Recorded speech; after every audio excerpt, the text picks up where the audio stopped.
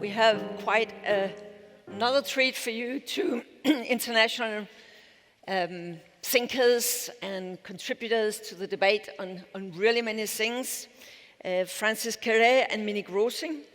And the headline that they have had for their conversation, for their talk here, is how to do more with less.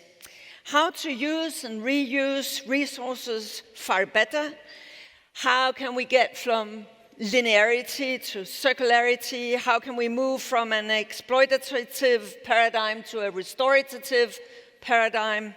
In short, how to bring the built environment back inside the planetary boundaries, while the reality is that we still need a lot of new buildings. This November, we actually surpassed the 8 billion milestone, 8 billion inhabitants on Earth, 8 billion inhabitants and still growing on a confined planet.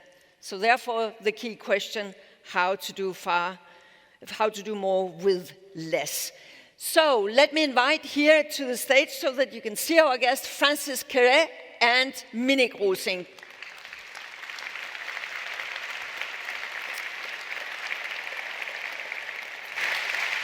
Francis Kéré, architect, last year's awarded the Pritzker Prize for architecture. I understand that is not just any prize. So congratulations also with that, Mr. Kéré.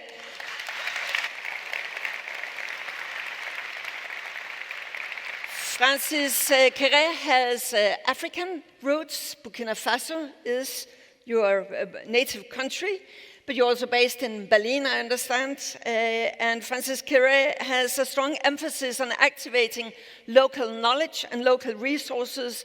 And a key word to him and his team is diversity, both in the team, but also in the way things are designed. So we will hear more about that in just 30 seconds. Our other guest here on stage is Minik. His roots are, among other things, Greenlandic. Minik is also a professor of geology at Copenhagen University. And just to show you sort of the breadth of that man's sort of competences, it was actually Minik who found out that no, life did not emerge on Earth 3.5 billion years ago, but 3.8 billion years ago. So he's normally working on a different time scale compared to what we are talking about here. But I also know, Minik, that you are right now very much involved in a project on how to develop and export glacier rock flour. So you see, it is some personalities with quite a span of insight. We are really keen to hear how you will have a conversation on how together and collectively we can move towards a more sustainable resource paradigm. The first to give his keynote will be Francis Kéré, and we will be listening. So you have the floor.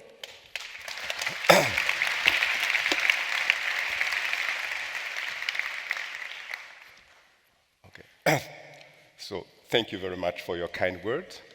And the team in Copenhagen and their friends from around the world, thank you so much. You did a great work.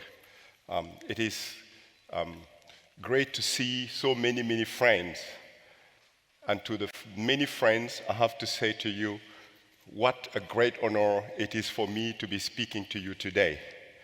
You know, I share the same battle, the same struggles, but the same hopes, like all of you here.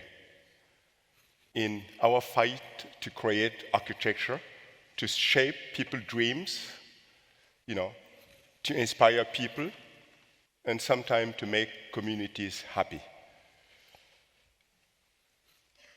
You know, my way to architecture, it's unconventional. Basically, as a kid, I sat in a place like you see here, in the classroom with more than 100 other kids. It was very dark inside and also hot. But you will be sitting in a bench and it will be wobbling sometime, like this. And nails will pop out and just hurt your bottom. You know, for the heat, I had nothing to do. And the light also. But the nails on my bottom, I didn't want to accept.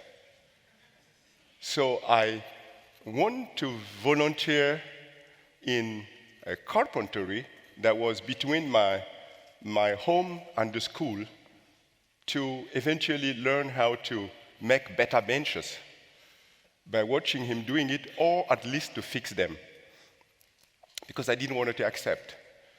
And he let me create some boxes every time when I'm coming from school, and my guest family let me do. I will go and observe and try to work. And at school, I was happy to earn a scholarship, so I decided to become a good carpenter, to be able to do more. After a training, vocational training, in a city far from my place, 5 years long, I became a carpenter. I went to Ouagadougou, the capital city, looking for a job. And there, I realized the German government was looking for a candidate to give a scholarship to go to Germany and to become activists in the field of carpentry, woodwork. So because carpentry in Burkina Faso is underdeveloped, we have no wood. So from the elite, it was not attractive. So I got this scholarship. I went to Germany, and after 18 months, I became an activist, for development aid. Okay, I have a big family.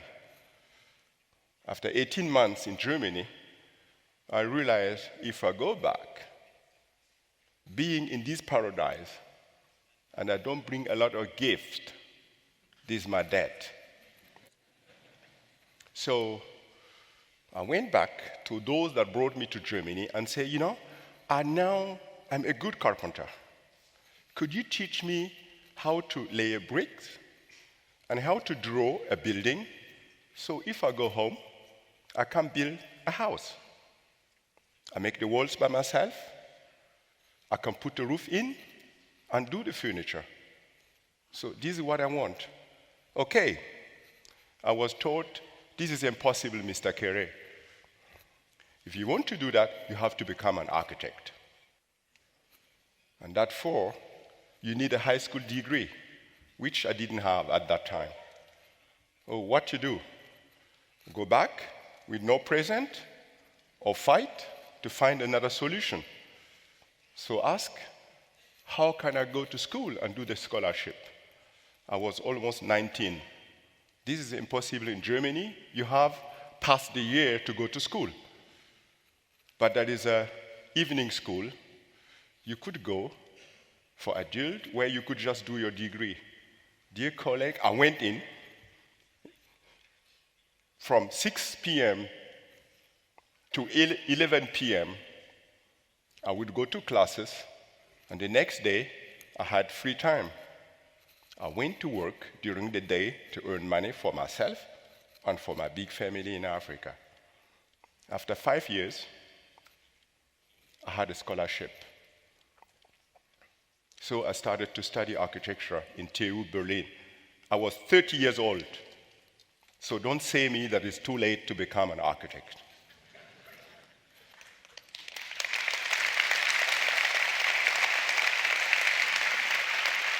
So I started to study.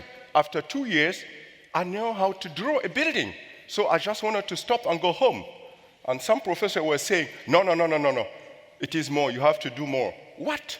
I don't need more. There is no architect in Burkina Faso that would hire me. And that was true,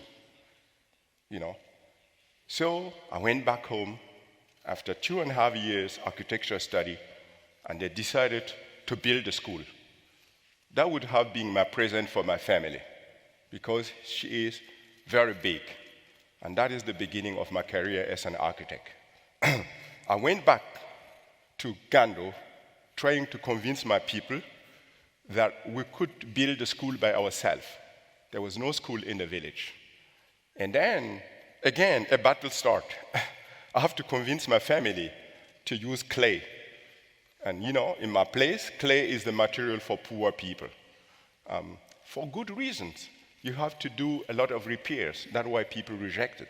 You know, they're right. And especially, I was in Germany, where they build these super buildings with glass. They build these supercars. And I came back and said to my people, we should use mud. You know, doesn't fit, doesn't work. But it was my community. I fought. And we was able to really convince everyone, women and men, everyone was carrying rocks.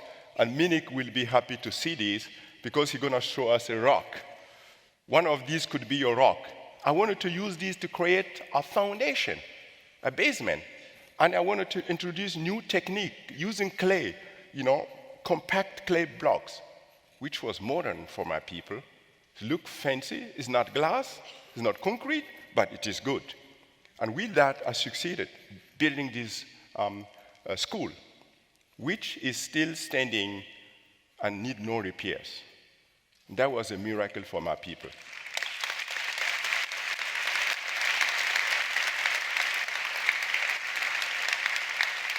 It is bright, it has a lot of light, and for my people, it was also beautiful, but not the magic, because they contributed to build it.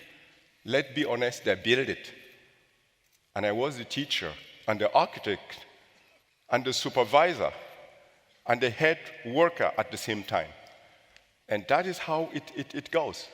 I was even able to introduce so-called primitive techniques to a building, a school building, which in my home is considered to be something French, very modern, and needed to be made of concrete and whatever great material that we didn't have.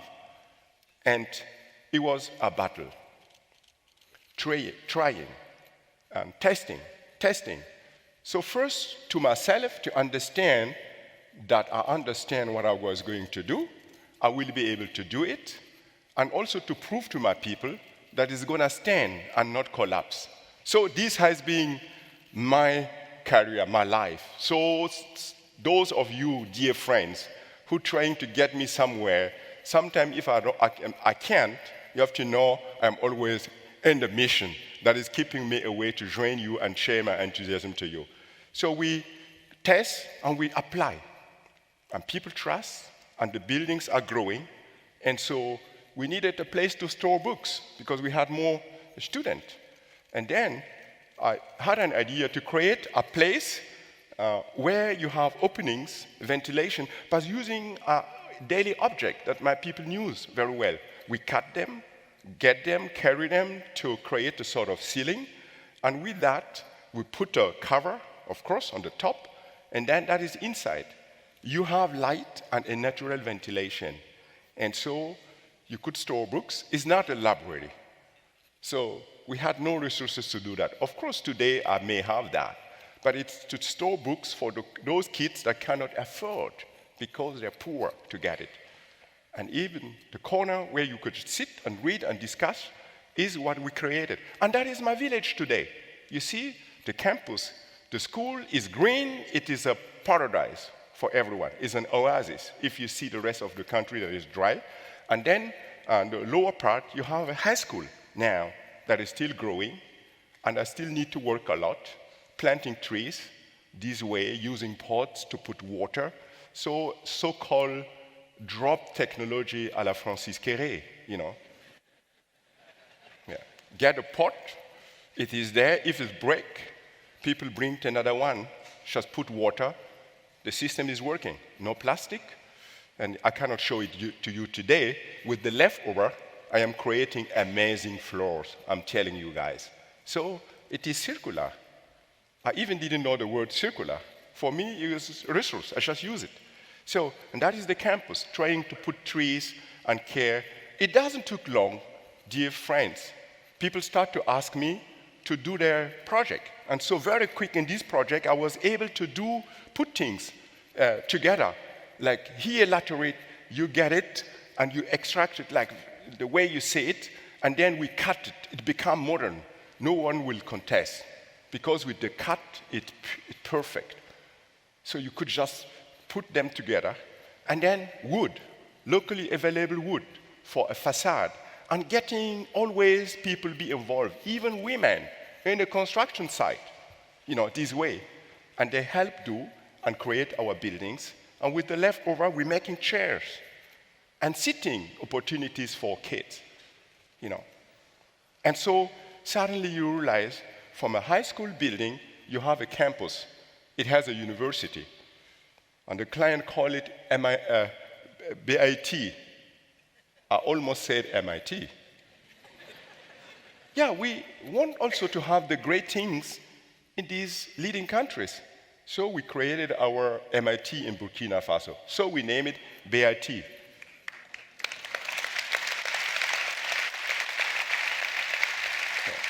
And so from Gando, from this little place, I certainly saw myself invited to do a pavilion for hiking and visitor in Montana. Okay, Montana. Okay, it's the US. They're rich, they have everything. Okay, they want me to do? Oh, it's cool. Let's go and do it. And I was impressed by the availability of wood. And then collect them, and of course, didn't want to show you sketches, but there was an idea to create a sort of a modular system, and you could just put them together. The winter can be very hard in Montana, so the summertime.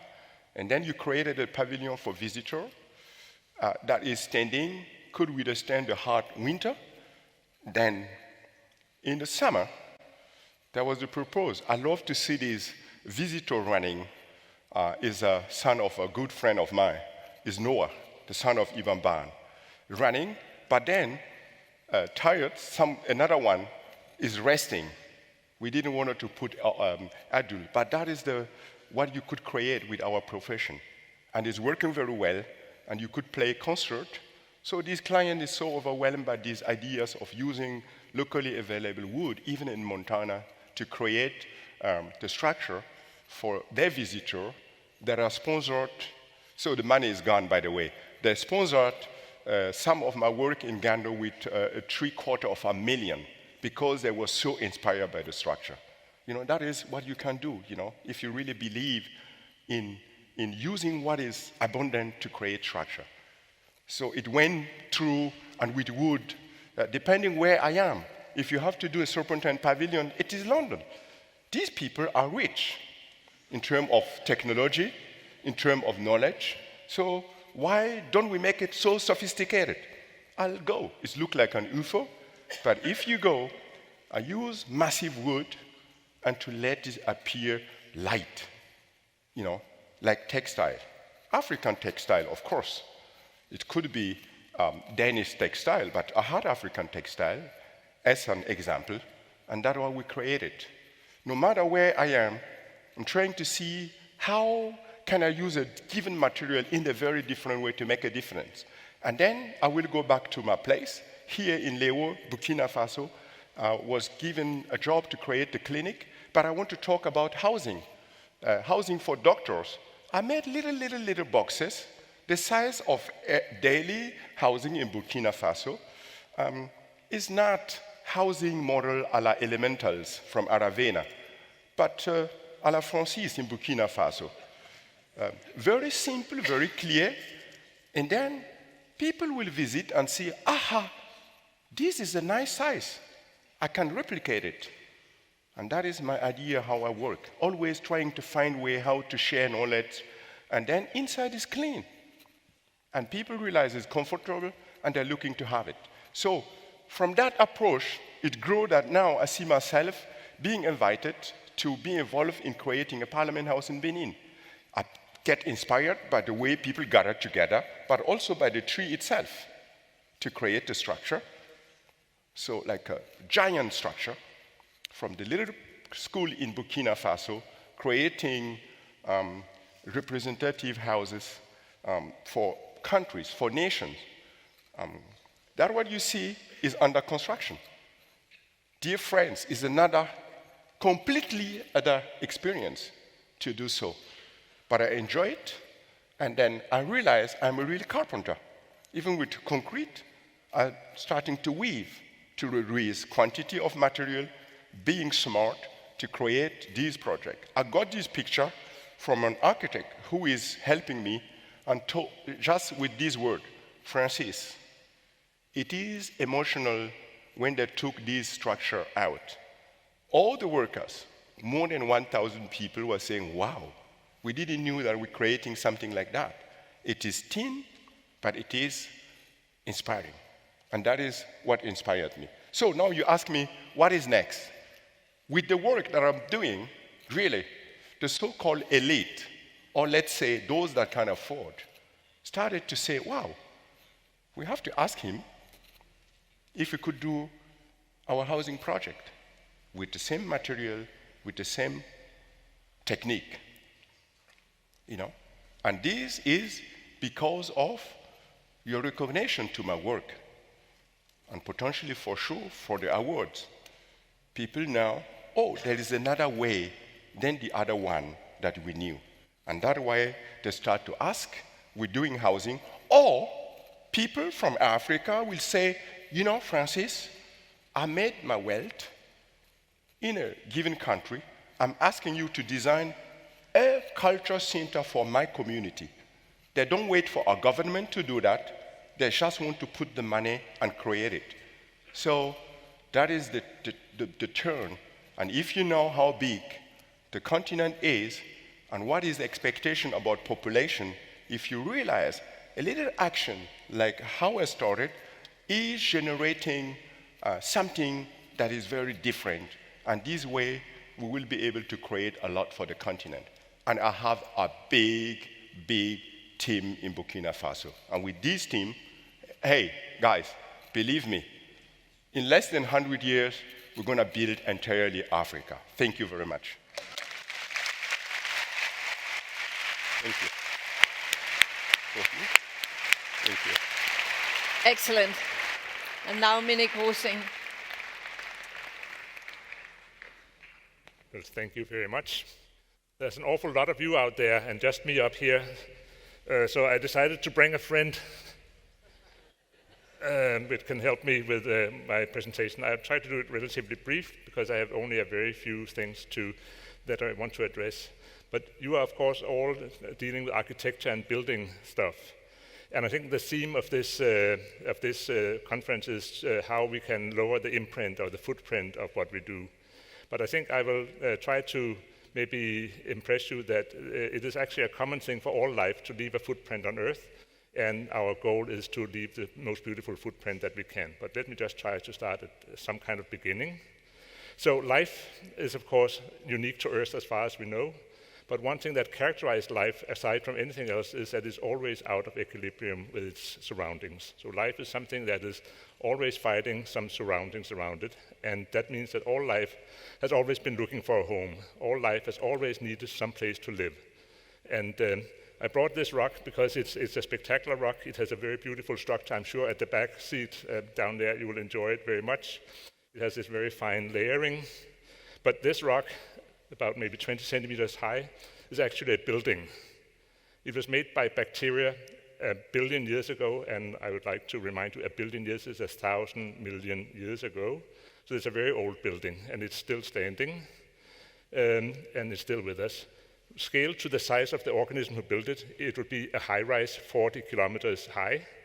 So it's a very impressive building, and it's only part of the building that was originally there.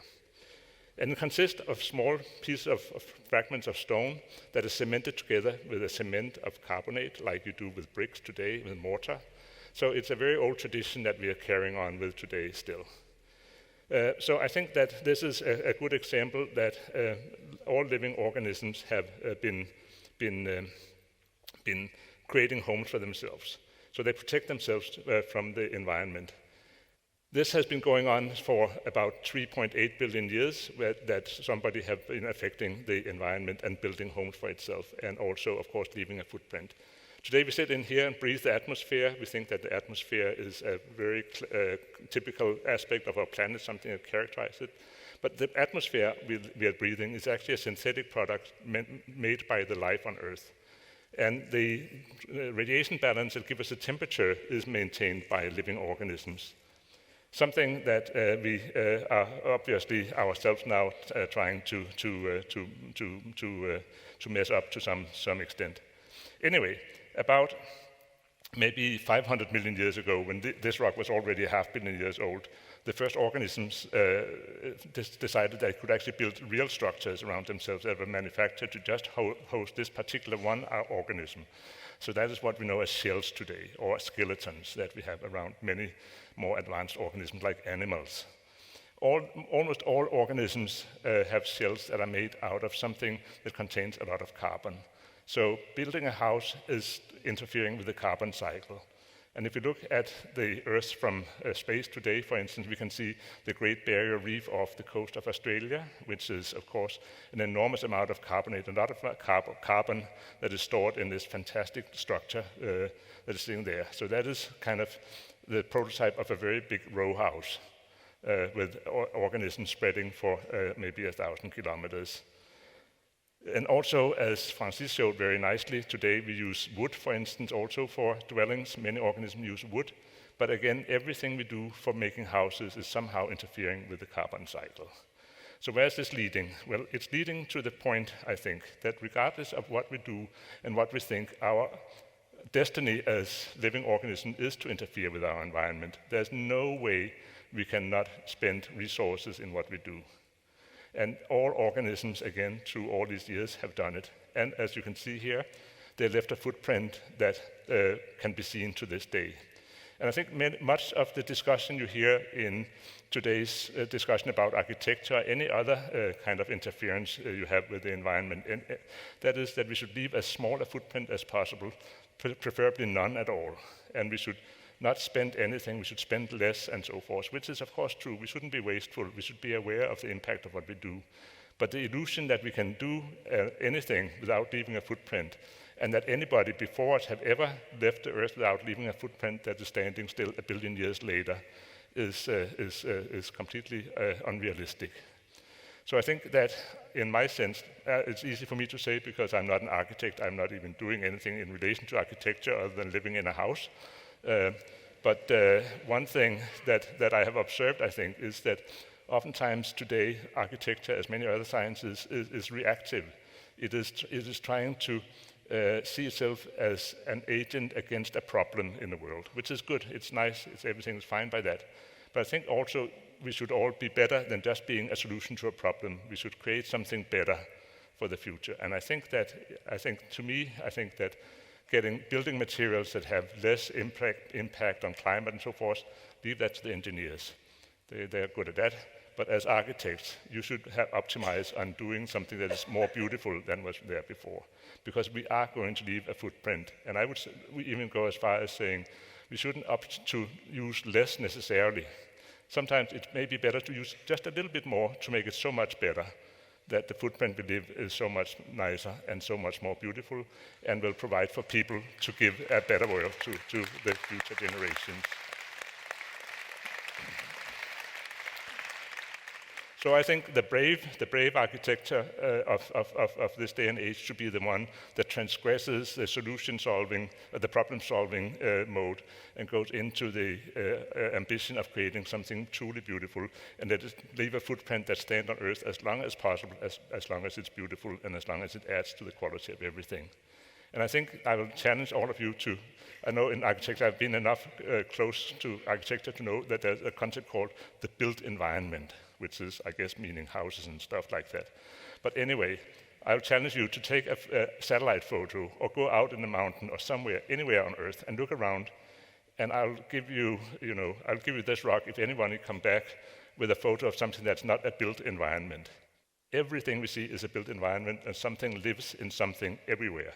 The mountains we have, the white cliffs of Dover, are billions and billions and billions of houses of small algae.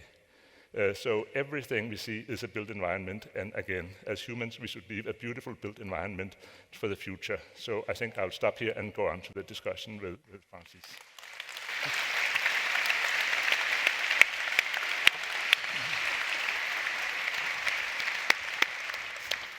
Thank you so much, Minik. Everything is a built environment, if I heard you right. If we should see things through that lens. Two excellent presentations. Now we have time for a conversation up here. Francis Kéré, your personal story that you start with also shows a fascinating, in a way, very simple way into architecture. And what you present is sort of, it's not rocket science. You could also argue it's common sense. And I think many in the room would say, yes, of course, this is how we should do it. But then we have a mass industry and production and the scale of everything and the expedience with which a lot of things have to happen. How are you coping with this dilemma in your practice and in your thinking? No, it's not an easy task, but I have to say, working the way I'm doing is not easy neither. Working with community is not easy. So that's why the community actions are limited to my village. But if we goes out, we're recruiting people, of course, we're training people. It's an easy way, but it's time consuming. But I also do what my colleagues are doing here. It's an experience that I'm also going through. Soon I will have 2 to 3 schools in Germany that are coming out. I went through many struggles because the industry, because of norms and all of these implications that are needed to be sourced before you do. Like my latest project that I'm doing in Germany is a vertical kindergarten, 5-story with a sky for the kids to go and play, and I wanted to have it completely out of wood, even the core. But with and that is in Munich, can you imagine? The struggle I have is my own student will pass through my building and then go to the Mensa. And how do you work in that situation? You have the norm, and you want to be inspiring and normal and natural, and that is a battle that is taking. So how do you change it or overcome it? Yeah, a lot of work, proving, trying to do tests that it's going to work, but it is not an easy task at all. But we cannot give up. If we give up, because the industry want to have a certain way of doing things, so everything is going to look the same as everywhere in the world. Do we want that? But now I mentioned that Minik sometimes as a geologist is working on a different time scale, but sometimes when we say, oh, before 2030, 2040, 2050, we need to do this and that because of sustainability. And yes, you're doing something in the educational field, and you show the examples. Bjarke Ingels yesterday mentioned you have to show the attractiveness of other kind of ways of doing things. But else, how do you, as a society, one thing is your individual practice, but how do you see us as society? How do you see in Burkina Faso that people can actually live up to this ideal? Yeah. No, I mean, we have to be careful and not to be pulled down. We have to be positive. We're going to keep building no matter what is, what will be in the world. But what we should avoid is polarization, you know. So in Burkina Faso or many places in Africa where I'm working, you have just people that are looking forward to have structures, housing that are inspiring them, that will give them a chance to lead a good life with their families. The same it is in the West. Okay, we have a climatical difference, and sometimes resources are, need to be sources in a different way, but it's the same battle. What we should do is to learn from each other and to try not to say them and we and then those, but just to avoid polarizing and learn from everything we can meet and to try to create space for, or try to care for human beings, for ourselves. You nod to this message on polarization, Minik? Sorry? you nod to the message on polarization? Yeah, no, I absolutely do, and I think we see it all over. And I think that what you realize is, of course, that there's a number of common threads to what is attractive to people and what makes people feel comfortable and so forth. And you will find that everywhere, I think. And I think what makes the difference between different places is the context. So what you are advocating is that you use the context you are in to create actually something that serves the same function more or less, but it will look different because the context is different. You have the materials, you have the red soils, the tropical soils. They have these properties. We have different clays here that need different treatment and so forth. But in the end, the objective is the same. And I would say even that those bacteria that built that thing, their objective was the same also. They want to be with their friends in a nice protected place and have good infrastructure for transporting their stuff. So I think that no, I agree, and I also agree very much with what you said, that you can't teach people stuff. You have to inspire people, and then they'll teach themselves. So you need, I think you make buildings that could make Arnold Schwarzenegger cry because they're so beautiful, and that is exactly what you need. That will inspire others to do so too. Yeah. But this context, as we also saw it here, is it true that people always aspire sort of true to their context and their identity, their geography? Isn't one of the problems that people aspire to American lifestyle or some other lifestyle, a different consumption lifestyle, which is somehow detached from this ideal of staying true to your own geographical and cultural context? No, I mean, if we consider the climate, it is important to try to work and create a building that fit within the context. It means that provide comfort. Some people may be inspired by models, so being in Africa, by models that you see in the West, but you have to adapt it. It is not about saying it should be a different concept because it has to be, but a concept that is adapting the way that it can serve people. I am inspired by architecture here. I didn't show you a great example that I'm working on that will come, a lot of projects, including museums, but where I was able to use material because I'm convinced they fit the best. And so the energy should be an issue. If you build in Burkina Faso, that is seen as one of the poorest countries in the world, and you try to take a Nordic model and you apply it one by one, it is not working. Same like this well-ventilated open structure cannot work here. Yeah. So we have to always adapt ourselves, and I think that is so important, to create comfort for the people. That is sort of to be more true to nature also, Minik. Yeah, I think it is, and I think that this about Western lifestyle being somehow spreading. I think that we are also seeing we are at a time and age now where it's actually maybe stopped spreading the aspiration for the Western lifestyle, and there are other solutions that are on the market, so to speak. But I think that it's also, it has to be, we have been through, and some places of the world are still in places where you have a lot of needs that are basic needs that are not fulfilled. And then I guess the picture of the Western lifestyle seems like the solution, and I think what our objective is to come up with other solutions to not having needs, basic fundamental needs, yet not going all the way into the other ditch and have overspending and what would you say, violating all the laws of nature. But isn't one of the challenges that often these mass-produced things that we have been using for decades and developing for decades, that is the cheaper solution? So when there is also, in order to combat this them and us and the polarization, there is also a social dimension here.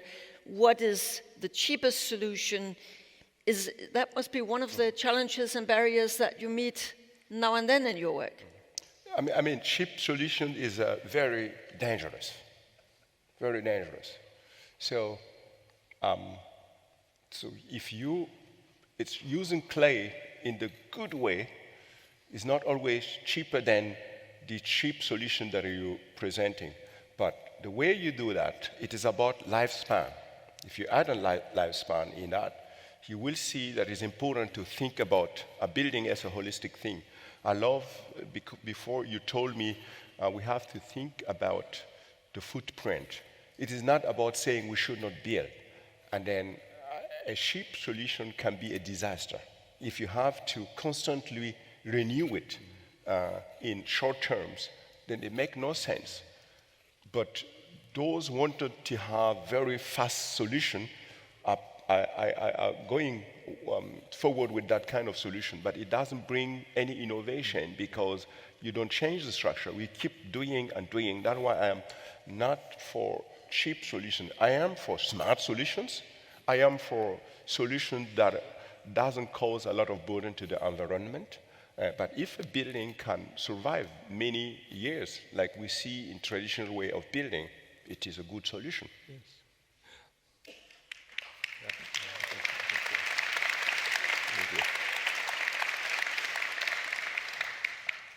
Yeah, no, I agree totally. But I think also, on the other hand, we shouldn't necessarily say that just because something is mass-produced, it is a bad idea, because I think that's also a lot of, again, it's about the context.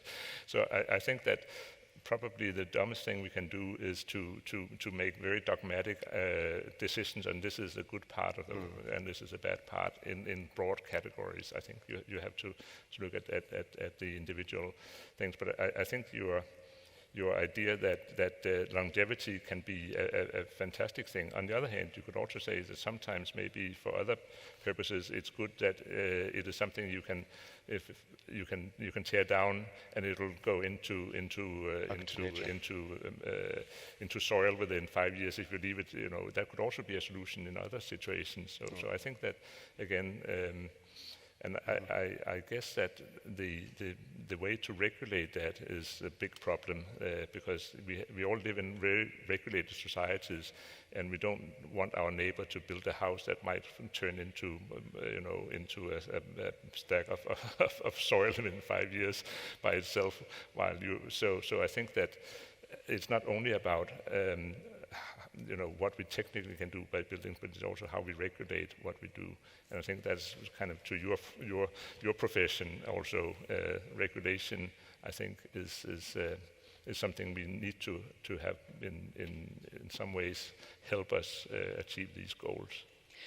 But you were sort of in your presentation arguing that architects sometimes are too reactive, where you wanted them to be a bit more proactive. That means that you do not always need to wait for regulation, for standards, for building requirements, things like that.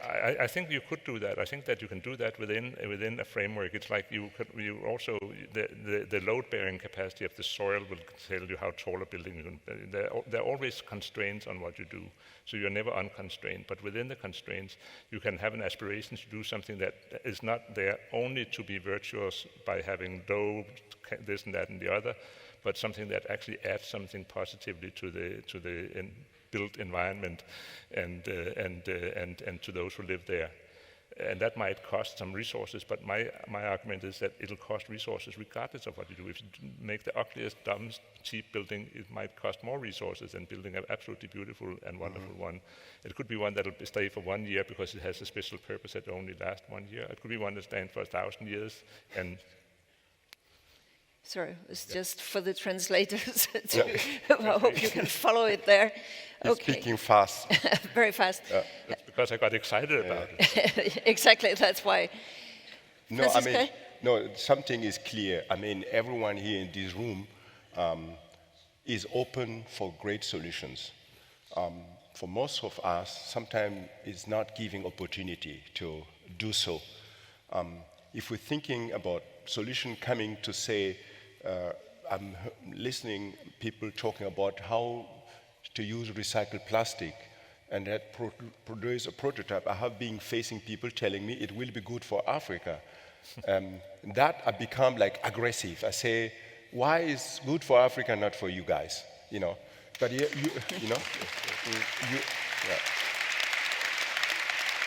But you are forced to be polite because I am a teacher, and I think there is no stupid ideas at all.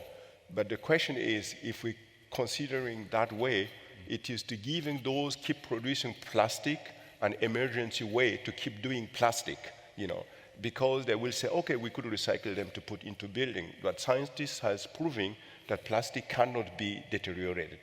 And then if you do so, then I say, okay, apply it first somewhere where you have the technology to do it instead of saying that is a solution to solve the mass housing problem in Africa. That I am against. At any cost, I am against. Really. So it's maybe time to be less polite. Yeah. No, because we will keep producing plastic, and that is it. And we have to stop. Everything that is causing a damage, we know them, but we don't have the political power to be against. That is the thing where we have to say we need to work more. I don't want to say Greta Thunberg, but I want to say to just push politics, to look at to the entire thing and not just come with a quick solution, and it brings no future. Exactly, but to push you further on that, is there a tendency that architects would sort of zoom in on their own projects, cope with whatever barriers you will meet there, but maybe not be so outspoken and so direct as you are just now in the political domain, in the domain of society at large? So are you outspoken enough? Are you pushing as a sector? Yeah. Are you pushing those regulators and policymakers enough, or is there a tendency to zoom in on your own projects? I mean, we have limitation, and that is fact. So if you have a building project and you start to fight, and to get it fixed, first the idea get clear, and to get it done. So where do you take the time to fight a regulator if you don't join effort? So you will spend your time just running. If it's just you, there must be something, a sort of movement, just to point the finger of that. But I don't think that those regulators are not aware about it, because we are too lazy to change our habit. I think that is it. You will listen that they want to stay in the situation quo, but say we want to save energy, but you're doing nothing. You put a second layer of protective skin, which may not be good to the environment, and you say, okay, it helps save. But you're adding a layer and a layer without solving the problem entirely. And I have no solution at the moment as to go back and look at the material as it is, Well, if I may, I would like to tell you a beautiful story, I think, which pertains to this about every organism that lives on Earth, make buildings and interact with the environment, and also use what is at the market, if I may. I was walking on a little footpath in Australia to a rainforest not long ago, and there was this beautiful, beautiful little construction on the ground. It was something called a bower.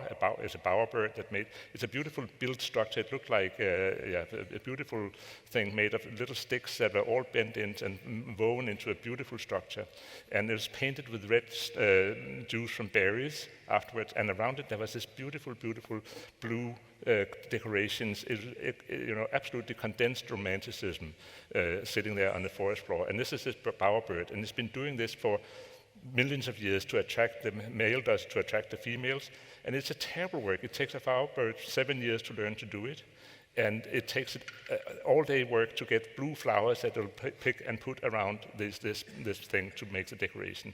But about 15 years ago, people started going on trips in the forest, and they would bring a bottle of water with a blue screw top, plastic screw top, and they would throw this thing. And the bowerbird found them, and now every bowerbird in Australia uses plastic screw tops for the decoration. That means that the bowerbird male can sit down on the sofa all day rather than going around and picking up, and the same bower will work for years and years after. So it's again, adaptation is also that we actually we look for the best solution at a given time. And it turns out that actually in this particular case, plastic is a wonderful solution. And it's still incredibly, really, I mean it sincerely, it's incredibly romantic, this thing. You look at it and you want to cry, it's so beautiful. And we think that plastic is the biggest, so again, I completely agree with you. You shouldn't dump your plastic in somebody else's yard. But on the other hand, we should not think that just because it's an artificial something, it's not good. I mean, it serves certain purposes and it does extremely well. And again, the oxygen we breathe is a waste product from some other organism that could have killed everybody.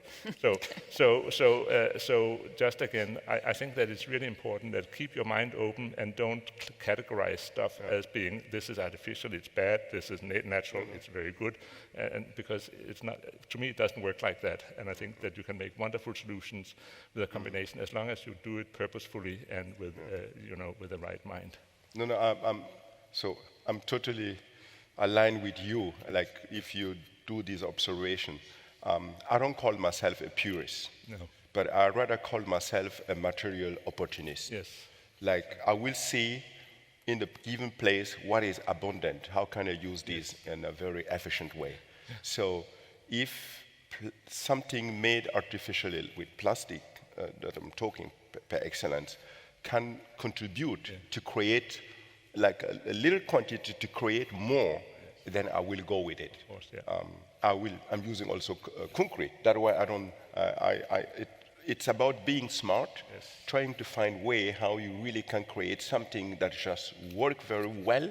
First for the users, create comfort without causing a burden to environment. We know that it cannot keep going this way. When I start to build entirely Burkina Faso the same way we may do here in the West, we will not find resources to do that. There's one thing, but the world will be a little bit boring. No, I agree. No, I just say I absolutely agree, and I think that is exactly my point. This opportunism, as we also talked about before, that it's about looking through the whole repertoire and finding what would create the solution that we need in this particular setting. And that will be different from place to place. And that also, as you say, make a more interesting world because it's actually worthwhile going somewhere because it looks differently. Yeah. So I think I'm totally in agreement.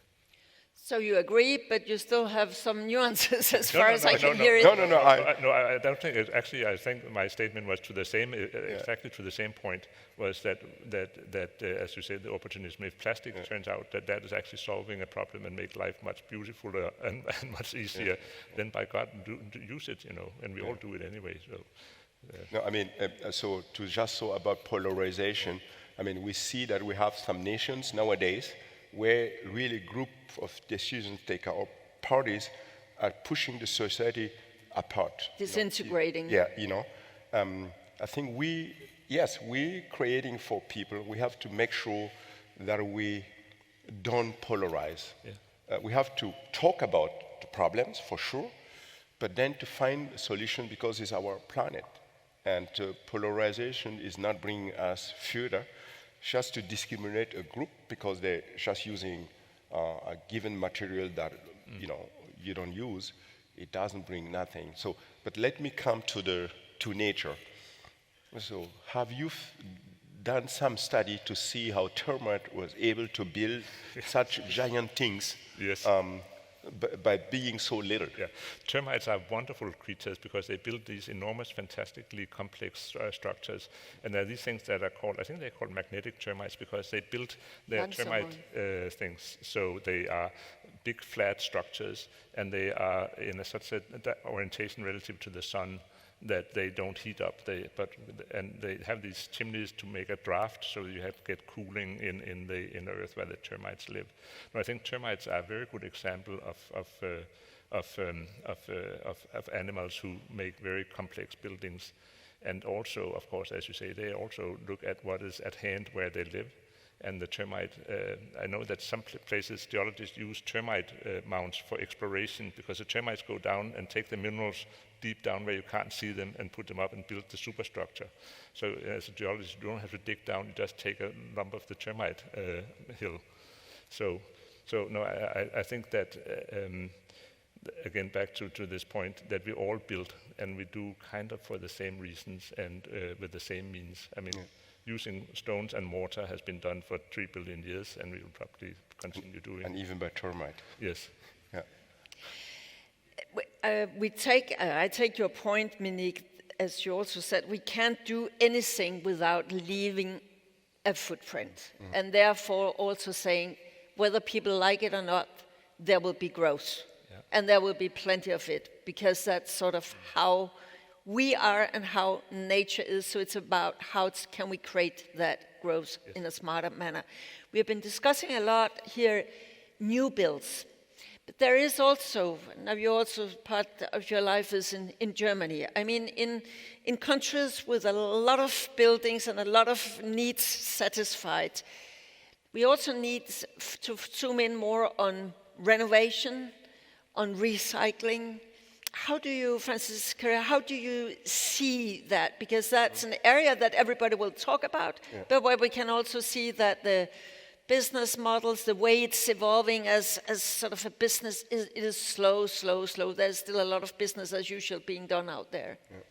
No, I mean, so if a building has proven during hundreds of years that it is solid and there is no danger to human being, why should I take it down? You know, we have always ways to add something. And I would just say there is a debate we have to look at. If there is a danger for human being, you have to fix it. We have enough clever engineers that would help to do. What I think is clear that that is a contribution to creating more space. In sometime all of these buildings are in very exclusive part of a city, and they have history.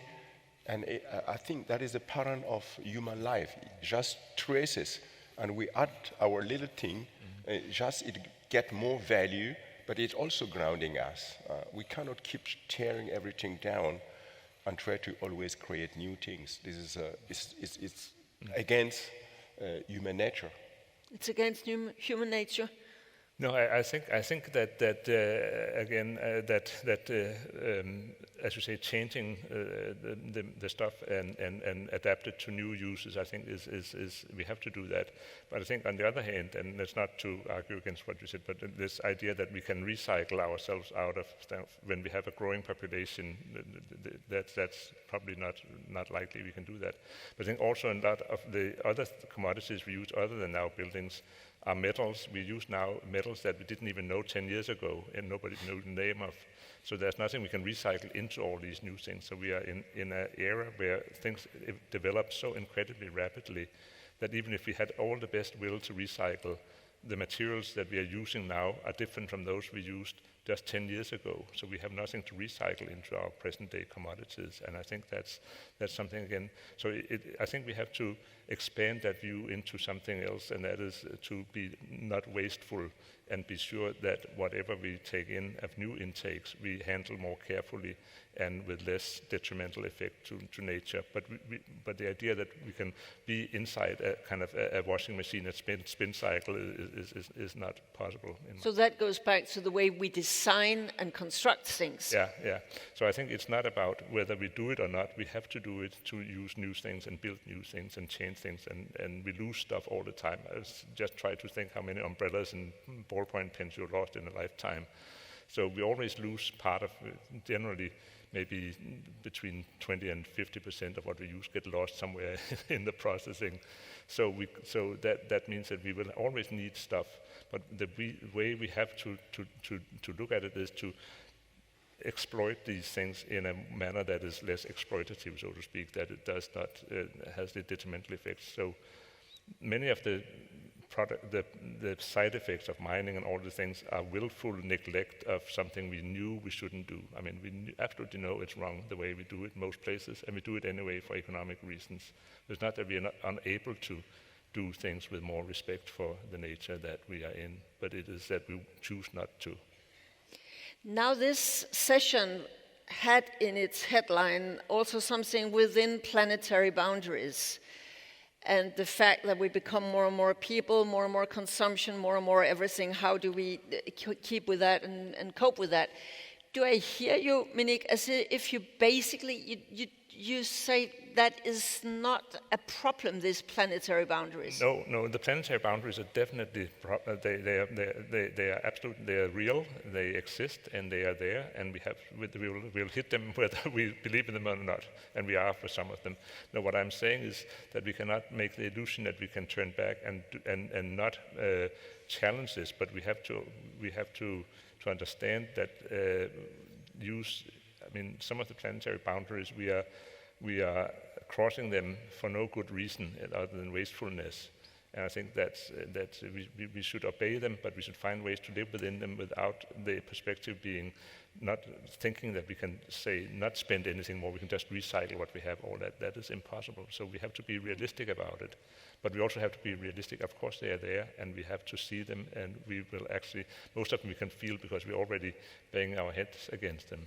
But Francis Kéré, then someone invent more sustainable practices, better materials, better this, better that, respecting what Minik was just alluding to.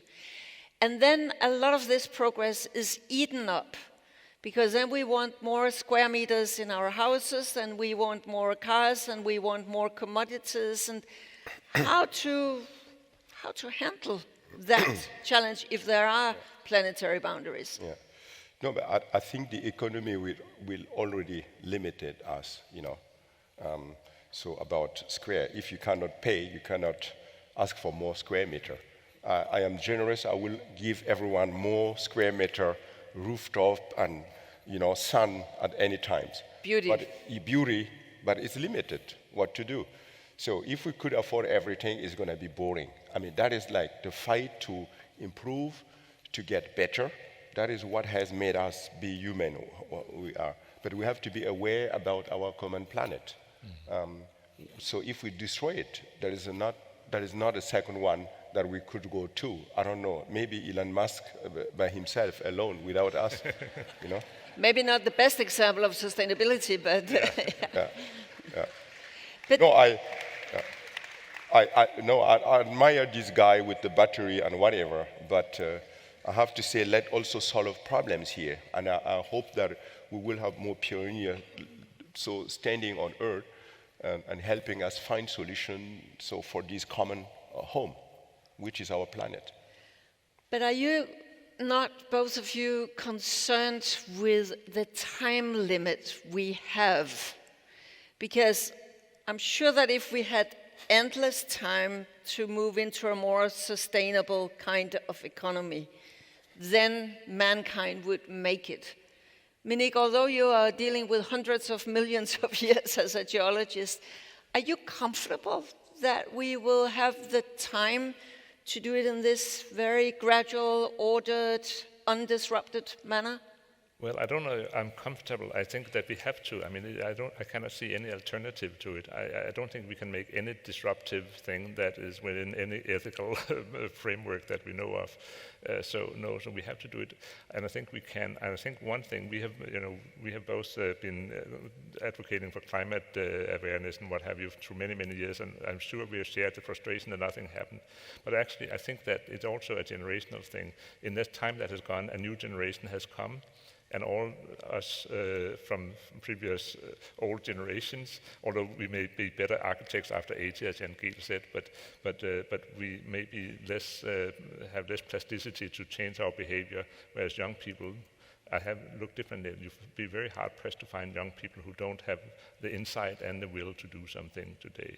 And so I think that the frustration that the transition has been going slowly is partly because it goes in jolts. It goes.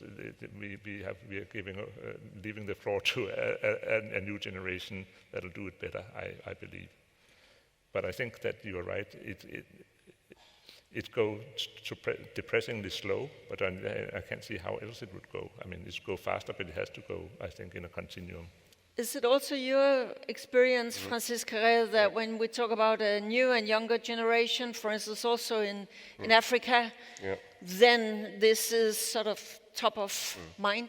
No, so globally, I think that the younger generation has more access to information and is aware about the topic, about their own future.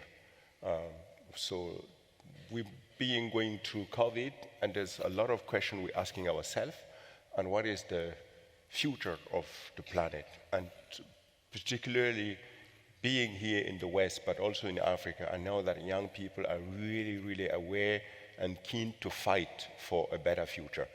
And it is this impression I have is growing. It's the awareness that will allow us to consciously really build something that makes the difference. But the young generation is is aware about it, from teaching in the US or in Germany, but also traveling and talking to the young generation. They're aware about it. But the investors are often not representing the young generation, or what? I mean, those that will have to finance the projects and create the demand today. You feel any movement there as well? No, they will be the future resource owner. It is about a generation. Those people that are aware about it, I think they will grow with this idea that they can make a difference. And I hope, yes, I hope that one day they become captain of our big boat, that they will really navigate it well. That is what I said at the beginning of my lecture. I share the hope of everyone here that we can create a better world. It's about hope. But this time, I think we have to hope, but I'm sure, I am an optimist. We have to hope and to act, and you still remain an optimist. But here towards the end, you mentioned also in your presentation how it's really important for you to include people in the processes, and that is also one of your tools against this polarization that you were referring to. Could you just tell us, one thing is if you do that in your native small society in Burkina Faso, where everybody knows the movers and shakers and can be included, how do you do it in other spaces, be it in Montana or in Munich or... No, I think no matter where we are, we're convinced if we see it real, you know. So if you look at sometimes people doing sport, when they get awarded a medal, you will see them putting this to check if it's real. So if you create something that is real, it will always inspire people. That is the example you need to create. If you don't do so and it's stuck in discussion, you never go forward. That's why I'm really, really a pure optimist, really. So don't tell it, show it. You have to show it. You have to show it. Hey.